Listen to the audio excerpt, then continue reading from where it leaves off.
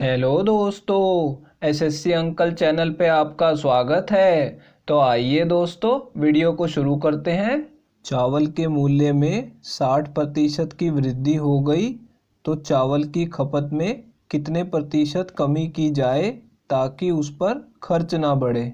दोस्तों, इस सवाल को करने की आज मैं आपको बहुत ही आसान शॉर्ट ट्रिक बताने वाला हूँ। इसे ध्यान से देखिएगा।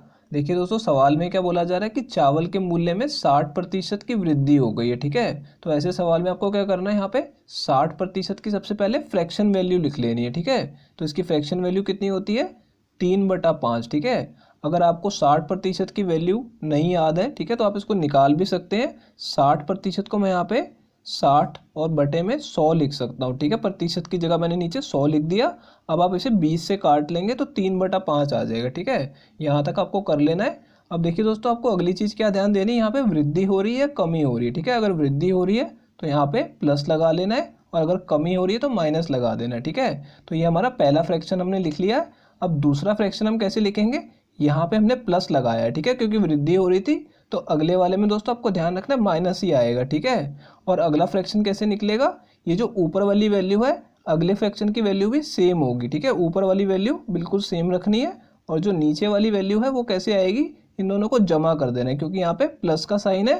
तो 5 + 3 कितना आ जाएगा, 8 आ जाएगा। ठीक है, अब बस आपको इस फ्रैक्शन को प्रतिशत में बदल देना है।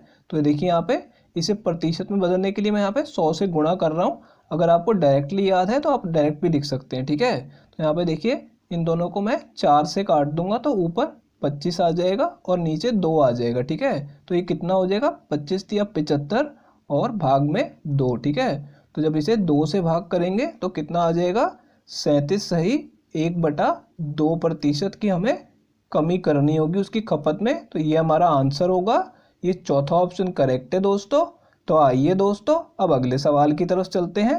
किसी वस्तु के मूल्य में 33 सही 1/3% की कमी हो गई तो मूल कीमत को वापस लागू करने के लिए नए मूल्य में कितने प्रतिशत की वृद्धि करनी होगी, हमें बताना है दोस्तों।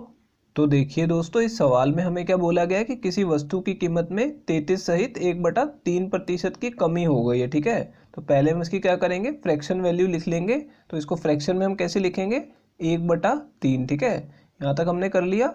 अब देखिए दोस्तों, हमें ध्यान देना है यहाँ पे कमी हो रही है। ठीक है, तो कमी हो रही है तो हम यहाँ पे माइनस लगा लेंगे इसके साथ। ठीक है, अब जैसे मैंने आपको बताया था कि यहाँ पे माइनस लगा हुआ है तो अगले वाले फ्रैक्शन के लिए हमें प्लस लिखना होगा। ठीक है, और यहाँ पे ऊपर वाली वैल्यू को ऐसे का ऐसा लिख देना है। ठीक है, अब देखिए यहाँ पे मैंने 1 लिख दिया और ये जो नीचे वाली वैल्यू आएगी ये इसको आपको सॉल्व करके लिखना होगा।